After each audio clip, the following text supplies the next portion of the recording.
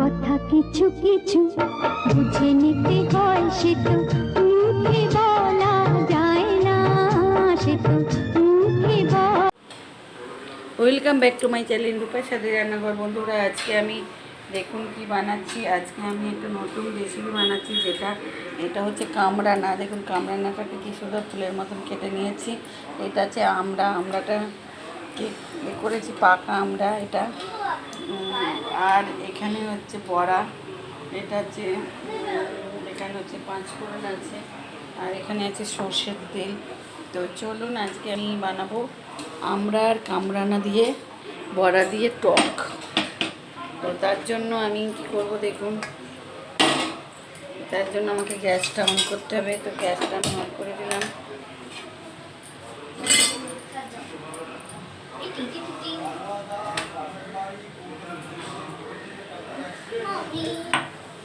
কি বলছি দেখুন, এরপর আমি তেল ঢেলে দিলাম।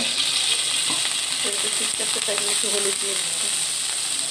হলুদ দিলে একটু তাড়াতাড়ি আর ছেটকাবে না। দেখুন পাঁচফোড়ন দিয়ে দিচ্ছি এই টকটা বানানোর জন্য। আবার কোথায়, এরপরে দেখুন এটা ভাজা হয়ে গেছে। এরপর আমি এটা তুলে দিচ্ছি। কামরানা এটা ভেজে দিচ্ছি।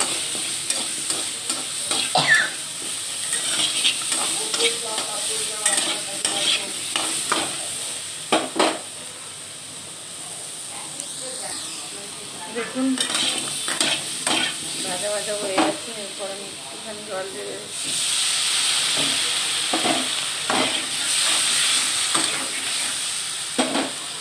এরপর দিয়ে দেবো পরিমাণ মতো নুন।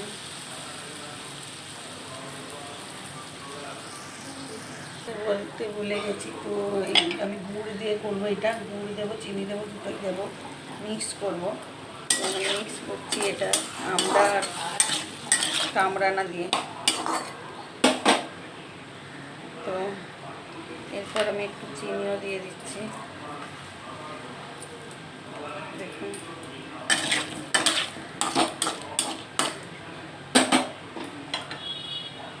গুড়টাও দিয়ে দেবো।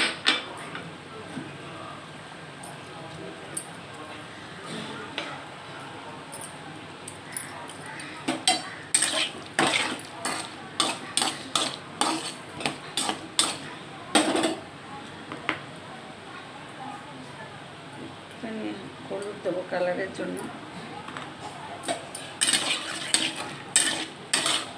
এই টকটা আমার মা বড়ার টক খেতে চেয়েছে, তাই ভাবলাম আমরাও আছে আর কামরানা সেদিন কিনে নিয়ে গেছিলাম, তো কামরানাও আছে। তো এটা দিয়ে টক বানিয়ে নিই। দেখুন এটা দেখুন দারুণ হয়। দেখুন বন্ধুরা, আর আমি জল ঢেলে দিচ্ছি। ঝোলটা কিন্তু খেতে ভালো লাগবে, তাই ঢেলে দিচ্ছে। জোর বানিয়ে দিলাম।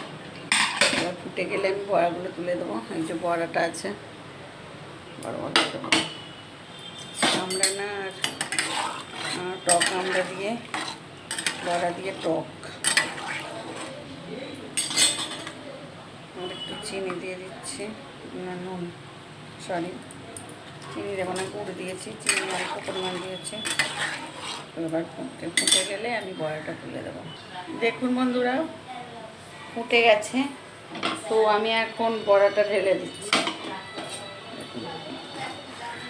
বড়াটা দেওয়ার পর ফুটে গেলেই আমি নামিয়ে নেব। এটা কি করছি বলুন তো, কিসের টক? আগেই বলেছি আমি কামরানা কি সুন্দর দেখুন ফুলের মতন কেটেছি। কাটাটা এইভাবে কাটবেন। কামরানা আর টক আমড়া দিয়ে বড়া দিয়ে টক।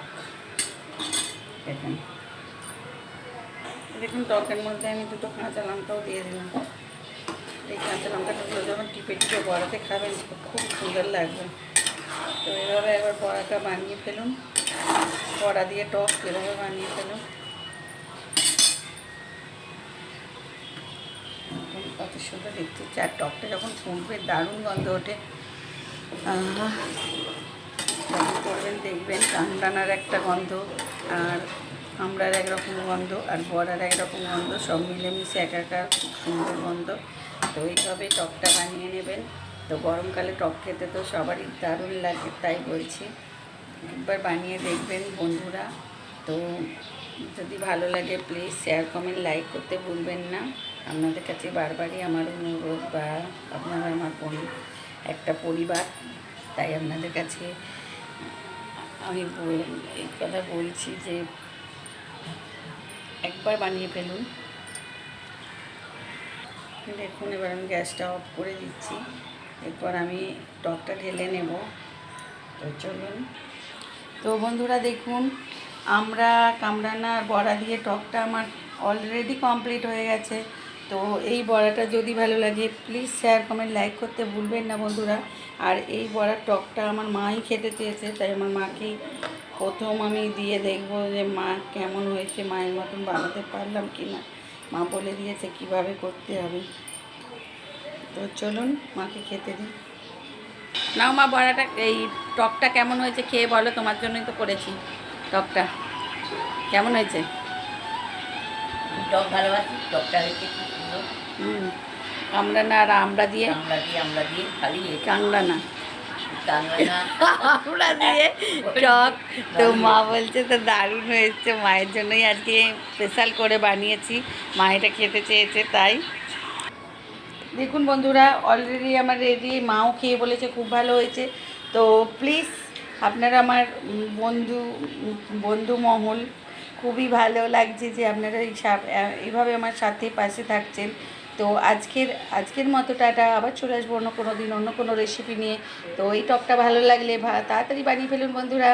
তো বাই।